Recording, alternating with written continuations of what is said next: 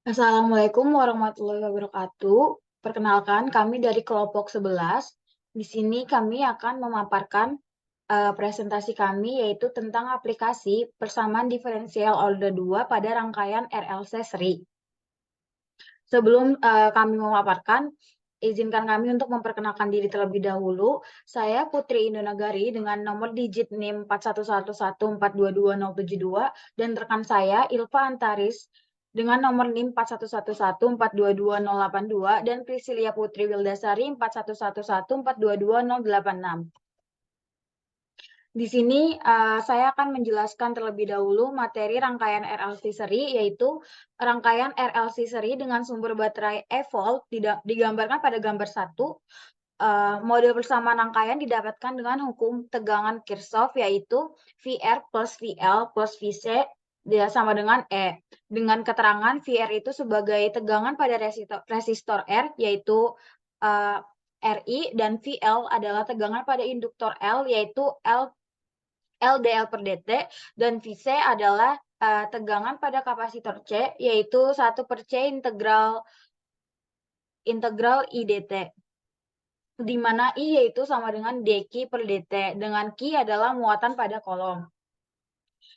Model persamaan untuk gambar 1 dapat dinyatakan dalam kuat arus IT sebagai RI plus L DI per DT plus 1 per C integral IDT sama dengan E. Untuk menghilangkan tanda integral tersebut, maka persamaan di atas kita diferensialkan yang jadinya RD per DT I plus LD per DT dikali DI per DT ditambah 1 per C integral D per DT I DT sama dengan D per DTE. Lalu jadi LD kuadrat I per DT kuadrat plus RDI per DT ditambah 1 per C I sama dengan D per DTE. Model persamaan untuk gambar 1 juga dapat dinyatakan dalam muatan kita sebagai RI plus LDI per DT plus 1 per C integral IDT sama dengan E. Lalu jadi RDQ per DT sama plus LD per DT dikali DQ per DT plus 1 per C integral DQ per DT dikali DT sama dengan E. Lalu akhir dari persamaan tersebut yaitu LD kuadrat Q per DT kuadrat plus RDQ per DT plus 1 per C Q sama dengan E. Selanjutnya akan diterangkan oleh rekan saya.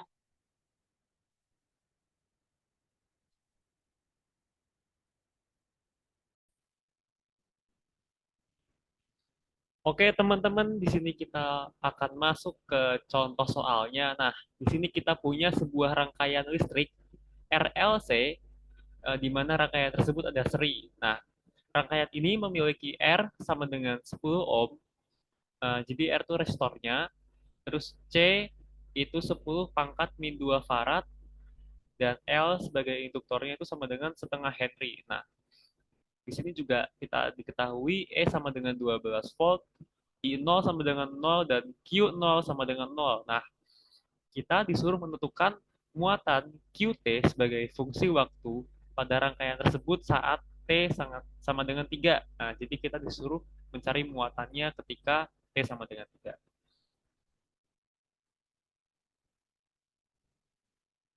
Oke, next ke pembahasannya.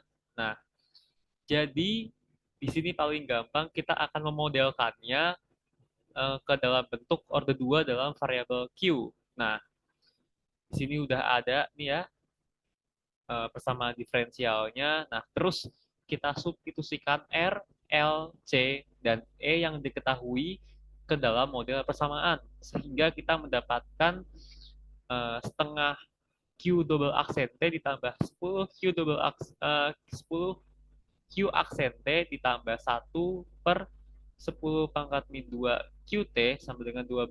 Nah, kita sederhanakan menjadi Q double aksen T ditambah 20 Q aksen T tambah 200 QT sama dengan 24. Nah, selanjutnya kita akan mencari solusi homogennya. Nah, di mana kita buat persamaan karakteristiknya nih. Nah, kita mendapatkan persamaan karakteristiknya itu R kuadrat ditambah 20R ditambah 200 sama dengan 0. Nah, sehingga kita mendapatkan R-nya itu sama dengan negatif 10 plus minus 10i. Nah, karena ini merupakan jenis faktor yang terdapat bilangan kompleks, nah, jadi kita mendefinisikan solusi homogennya sebagai C1 dikali E pangkat min 10T cos 10T ditambah C2 dikali E pangkat min 10T dikali sin 10T. Nah, selanjutnya kita akan mencari solusi khusus atau solusi partikularnya. Nah, kita andaikan QP itu sama dengan A. Nah, di sini A itu tidak diketahui karena A itu berupa konstanta. Nah, konstanta ketika diturunkan akan menjadi 0 kan? Nah, maka kita mendapatkan Q aksen P sama dengan 0 dan Q double aksen P sama dengan 0. Nah, kita substitusikan QP, Q aksen P, dan Q double aksen P ke dalam A. Nah, jadi ini udah ada A ya, kita misalkan persamaan ini itu A. Nah, jadinya 0 ditambah 20 kali 0 tambah 200 kali A sama dengan 24, sehingga A sama dengan 24 per 100, dan QP itu adalah 12 kali 10 pangkat negatif 2, atau sama dengan 3 per 25. Nah, solusi lengkapnya merupakan penjumlahan dari solusi homogen dan juga solusi partisi atau partikular ya. Jadi solusi totalnya itu adalah C1 dikali E pangkat min 10T cos 10T tambah C2 dikali E pangkat negatif 10T dikali sin 10T tambah 3 per 25. Nah, dan ini kita misalkan sebagai B ya. Nah, terus nih, di awal kan sudah diketahui bahwa Q0 sama dengan 0 dan I0 sama dengan 0. Nah, di sini kita perlu mencari nilai dari konstanta-konstantanya, yaitu C1 dan C2 pada QT dan IT, gitu ya.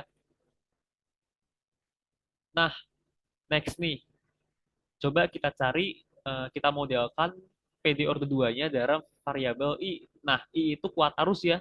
Nah, tadi kan di materi itu udah ada definisinya ya, bahwa I sama dengan dQt per IDT. Maaf ya, I sama dengan dQ per dt, gitu. Nah, terus kita substitusikan B tadi ya, B. Nah, B itu ini ke dalam persamaan ini. Nah, jadinya IT sama dengan DB ya, kita sebut B aja ya, DB per DT.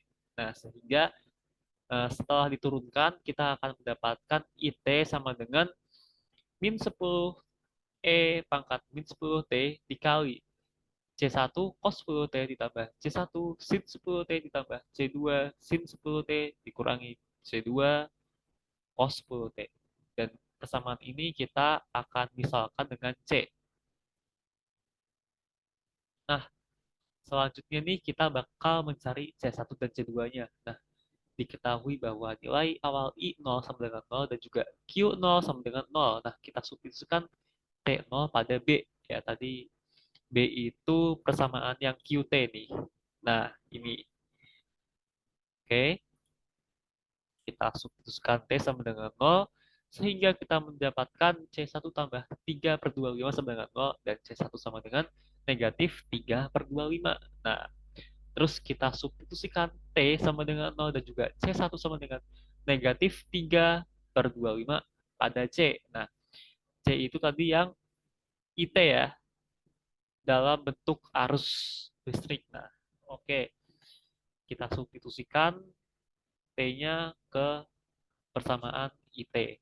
Nah, sehingga kita mendapatkan negatif 3 per 25 dikurangi C2 sama dengan 0, dan juga C2 sama dengan negatif 3 per 25. Nah, berarti kan di sini bisa kita simpulkan bahwa C1 sama dengan C2 sama dengan negatif 3 per 25. Nah, langsung aja nih kita substitusiin C1 sama C2-nya itu ke dalam QT ya.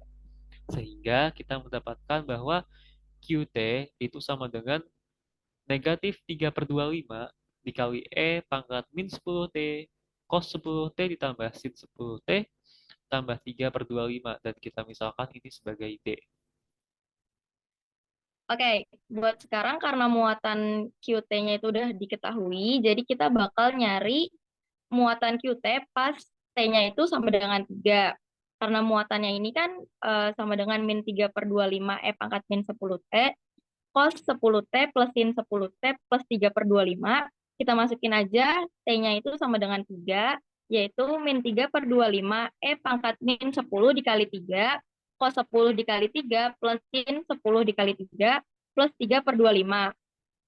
Maka dari itu kita dapat dari perhitungan ini itu jumlah muatan saat T sama dengan 3 itu hampir sama dengan 0,12 kolom. Lanjut.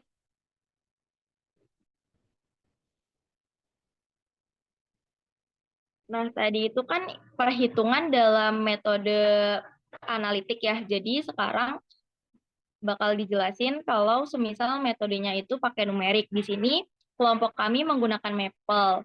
Jadi di sini kita masukin aja Z-nya itu di diferensial Y buka kurung X tutup kurung koma X tutup kurung lagi plus 20 diferensial buka kurung Y tutup kurung X tutup kurung koma X tutup kurung plus 200 Y buka kurung X tutup kurung X sama dengan 24. Di sini kami mengganti kan sebenarnya itu dia ini variabelnya itu Q sama T, tapi kita ganti sama Y sama X. Terus dapat solusi umumnya itu Y, YX sama dengan E pangkat min 10X, sin 10X, C2, ditambah E pangkat min 10X, cos 10X, C1, plus 3 per 25. Terus kita masukin Z, Z1-nya itu Y0 sama dengan 0, sama DY0 sama dengan 0. Ini tuh udah diketahui di yang awal tadi, buat diketahui di soalnya. Terus kita dapat solusi khususnya yaitu sama dengan min 3 E pangkat min 10X sin 10X per 25 min 3 E min 10X cos 10X per 25 plus 3 per 25. Terus untuk nyari jawabannya itu kita pakai plot, terus masukin plotnya itu di X sama dengan 0 sampai 3.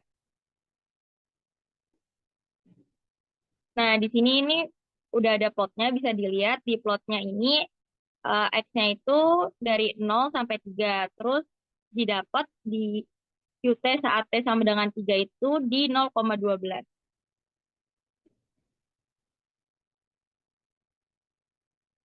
Oke, masuk ke perbandingan hasil manual sama numerik. Pada soal hitung muatan QT pada saat T sama dengan 3, dengan cara manual, kita mendapat jumlah muatan adalah hampir sama dengan 0,12 kolom. Sedangkan dengan metode numerik, yaitu menggunakan Maple, plot yang dihasilkan menunjukkan jumlah muatannya adalah 0,12. Ini menunjukkan tidak adanya perbedaan di antara metode numerik dan metode manual atau analitik.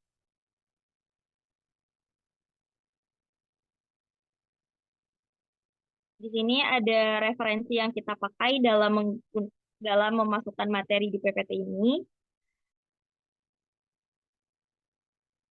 Oke, mungkin itu aja pembahasan tentang penerapan PD Orde 2 dalam rangkaian listrik seri dari kelompok kami. Kurang lebihnya mohon dimaafkan. Wassalamualaikum warahmatullahi wabarakatuh.